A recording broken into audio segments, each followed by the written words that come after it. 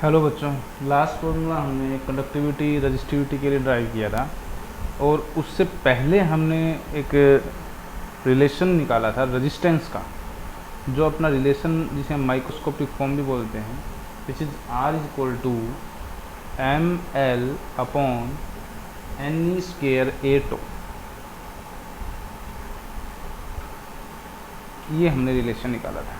यहाँ से हम देखते हैं कि जो m है वो मास ऑफ इलेक्ट्रॉन है, l is length of wire या कंडक्टर है, n नंबर डेंसिटी है, e चार्ज ऑन इलेक्ट्रॉन है, a area of cross section of conductor है, and tau is very important, tau is relaxation time.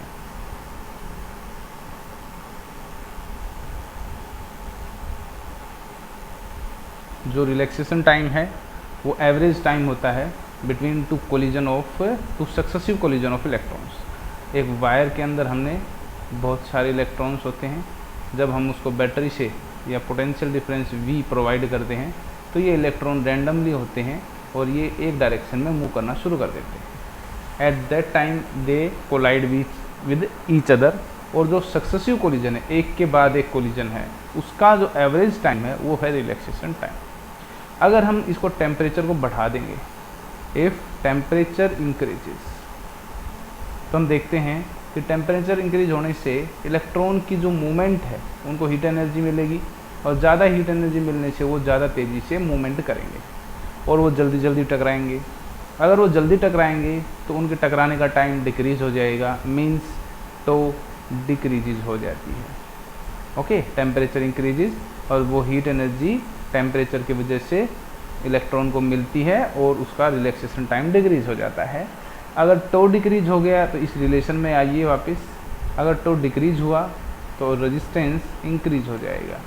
तो it means temperature increases, टो decreases and hence resistance is increases. Ultimately हमारे पास है temperature increases means resistance increases.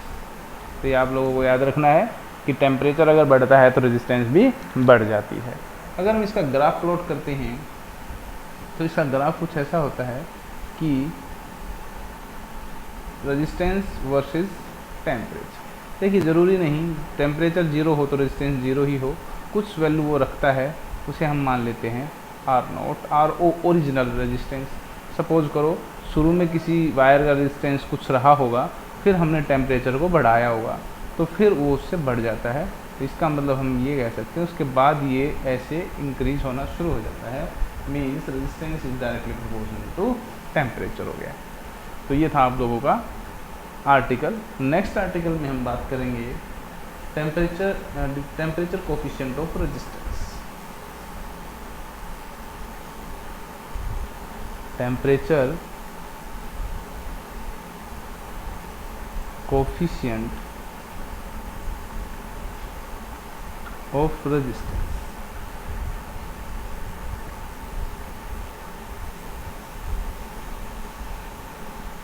Temperature coefficient of resistance में देखिए, इसको समझने की कोशिश करना। हमारे पास एक वायर है, कंडक्टर, लेंथ उसकी L है।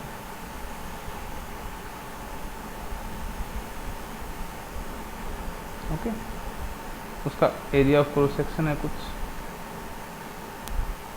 ये मान लेते हैं उसका एरिया ऑफ क्रॉस सेक्शन हो गया,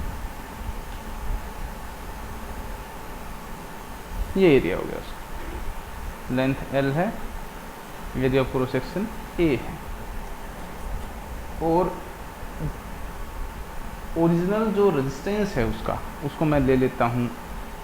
देखिए, शुरू में टेम्परेचर को मैं ले लेता हूँ टेम्परेचर 0, और उस टाइम पे रेजिस्टेंस को हम मान लेते हैं RO। ये जो O है ये आप ओरिजिनल के लिए या 0 के लिए भी डिनोट कर सकते हैं। ओरिजिनल के लिए इसे अच्छे से डिनोट कीजिए, वो ज़्यादा बेटर है कि RO is original resistance when temperature is original.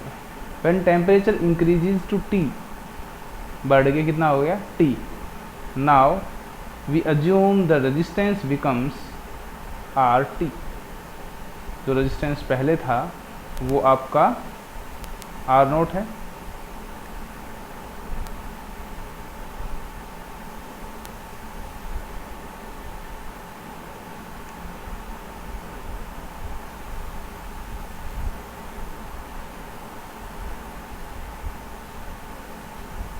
Are note resistance कितना है, आर नोट है, और फिर इसके बाद ये इंक्रीज होकर कितना हो गया, आर टी, आर नोट से आर टी हो गया। तो चेंज इन रेजिस्टेंस है उसे हम कह सकते हैं that is D R upon original resistance को हम कह सकते हैं R naught upon change in temperature को हम कह सकते हैं। देखिए चेंज इन रेजिस्टेंस क्या है, final resistance minus initial resistance. इसी तरह से हमारे पास यहाँ पर फाइनल टू इनिशियल रेजिस्टेंस हो गया, इसी तरह हमारे पास final temperature to initial temperature कितना हो गया, D T.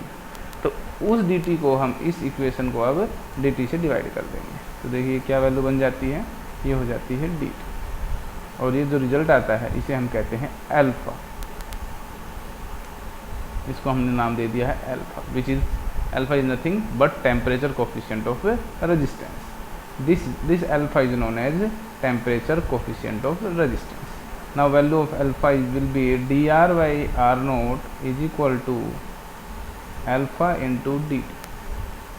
dr, it implies dr is equal to alpha r naught dt. Integrating both sides, dr integrating from r naught to rt is equal to alpha r naught constant integration of dt from t0 to tt. t0 means t0 to t is equal to t. ठीक है, कितना आ गया इसमें। देखिए अब हम dr का अगर इंटीग्रेशन करते हैं तो इट बिकम्स r, लिमिट हमारी क्या रहेंगी, r naught to r t is equal to alpha r naught, और डी टी इंटीग्रेटिंग होकर टी बन जाता है from t zero to t capital t. Putting the value of limit r t minus r naught becomes r alpha r naught into t, and the value of r T is equal to r naught plus alpha r naught t, और r T is equal to r note, आप यहाँ से common लीजिए 1 plus alpha T. ये आप लोगों का final result हो जाता है। तो इस रिजल्ट को हम कहते हैं, ये हमारा टेम्परेचर का आर टी का फॉर्मूला हमारे पास है। ये आर टी का फॉर्मूला हमारे पास क्या कहने की कोशिश करता है, ये कहता है कि हमारे पास जो फाइनल टेम्परेचर आर टी है, फाइनल टेम्परेचर जो है आर टी हमारे पास जो है वो ओरिजिनल टेम्परेचर आर नोट पे तो डिपेंड करता है, और टेम्परेचर के साथ क्या करता है, इंक्रीज करता है। ये हम पहले भी डिस्कस कर चुके हैं कि रेजिस्टेंस अगर टेम्परेचर अगर इंक्रीज होता है तो रेजिस्टेंस भी इंक्रीज हो जाता है। नेक्स्ट अगर हम सिमिलर आर्टिकल की एक और बात कर लेते हैं which is very similar to temperature coefficient of resistance, that is temperature coefficient of resistivity. Temperature coefficient of resistivity. देखिए ये वाला आर्टिकल आप देख सकते हैं, टेम्परेचर कोफिशिएंट ऑफ रेजिस्टिविटी, ये हमारे पास क्या है, चलिए देखते हैं। जहाँ तक बात हमारी है टेम्परेचर कोफिशिएंट ऑफ रेजिस्टिविटी की, तो जो प्रीवियस आर्टिकल था उसमें हमने ओरिजिनल जो रेजिस्टेंस माना था, ओरिजिनल रेजिस्टेंस हमारे पास जो था वो हमारे पास क्या था, वो हमारे पास आर नोट था।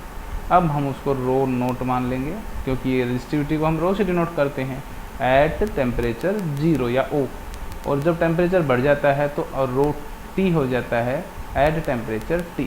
Now the change in resistivity is D rho and change in resistance temperature is D T. if we divide d rho upon rho naught upon change in temperature, तो देखिए इसको हम क्या कहते हैं पता है, फ्रैक्शनल चेंज। वो वहाँ भी आप लिख लीजिए इसको, ये फ्रैक्शनल चेंजेस होते हैं, यानी कि एक ही चीज़ में चेंज है रो में ही, और उसी के साथ हम उस चेंज को नोट कर रहे हैं ओरिजिनल के साथ, यानी फ्रैक्शनल चेंज इन रेजिस्टिविटी है ये। इस फ्रैक्शनल चेंज ऑफ रेजिस्टिविटी को हमने चेंज इन टेम्परेचर से डिवाइड किया है। Okay, now it becomes beta. ये हमारे पास क्या बन गया, बीटा बन गया।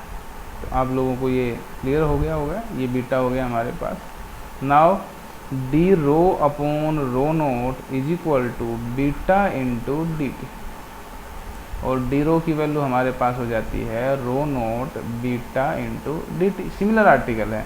अब हम इसको इंटीग्रेट करते हैं, d rho is equal to integration r naught rho naught beta into d t, और ये है आर नोट से लेकर रो नोट से लेकर रो टी, और ये है 0 से लेकर टी। अब अगर हम इसमें देखते हैं कि जो डी रो है वो बन जाती है रो, और rho T minus rho note हम इसकी लिमिट्स पुट करने के बाद लिखते हैं, रो नोट बीटा बाहर आ जाती है, डी टी टी बनती है, टी माइनस 0 हो जाती है, टी माइनस 0 अगेन क्या बनेगी, टी बनेगी। तो R T is equal to क्या हो जाएगा, R naught plus R no rho naught, मैं इसको बार बार आर नोट बोल देता हूँ, तो आप ध्यान दीजिएगा कि आर नोट इसलिए बोल रहा हूँ क्योंकि हमने प्रीवियस आर्टिकल रेजिस्टेंस वाला किया है, तो वही आपकी लैंग्वेज बन गई है। लेकिन आप ध्यान रखें ये रो है, ये आर नहीं है। Rho T is equal to rho naught, यहाँ से common 1 plus beta into T. This beta is known as temperature coefficient of resistivity, temperature coefficient of resistivity, ठीक है। और जो अल्फा था उसे हमने टेम्परेचर कोफिशिएंट ऑफ रेजिस्टेंस कहा था। ये रेजिस्टेंस नहीं है, ये टेम्परेचर कोफिशिएंट ऑफ रेजिस्टेंस है। ये भी रेजिस्टिविटी बीटा नहीं है, ये भी टेम्परेचर कोफिशिएंट ऑफ रेजिस्टिविटी है। तो ये आप लोग ध्यान रखेंगे। तो ये आपके आर्टिकल। इसी तरह से एक छोटा सा आर्टिकल और है, जैसे कंडक्टेंस, उसको जी से डिनोट करते हैं कंडक्टेंस। तो कंडक्टेंस होती है वो हम रेसिप्रोकल ऑफ रेजिस्टेंस लेते हैं, ठीक है। Reciprocal of resistance is known as conductance. तो इसको हम कंडक्टेंस की जो यूनिट है वो ओम इनवर्स हो जाएगी, या फिर इसे आप ओम इनवर्स को वापस लिखिए तो MHO मो हो जाती है, या फिर आप इसको सिंबल वाइज ऐसे लिखते थे, ओम को ऐसे लिखते थे। देखिए मैं ओम को ऐसे दिखा रहा हूँ, लेकिन इसकी जो यूनिट हो जाती है वो जस्ट रिवर्स हो जाती है। तो ये है आपकी कंडक्टेंस। अगर आप लोगों को टेम्परेचर कोफिशिएंट ऑफ कंडक्टेंस निकालना है, टेम्परेचर कोफिशिएंट ऑफ कंडक्टेंस, ये अगर आप लोगों को निकालनी है तो देखिए टेम्परेचर कोफिशिएंट ऑफ कंडक्टेंस में क्या है कि बिल्कुल सिमिलर आर्टिकल है। क्या करोगे आप लोग, GO कब O, GT कब T, चेंज टेम्परेचर का DT, चेंज कंडक्टेंस का DG, और बिल्कुल ऐसे ही इसे गामा से आप डिनोट कर सकते हैं। कैसे, DG upon G naught upon DT।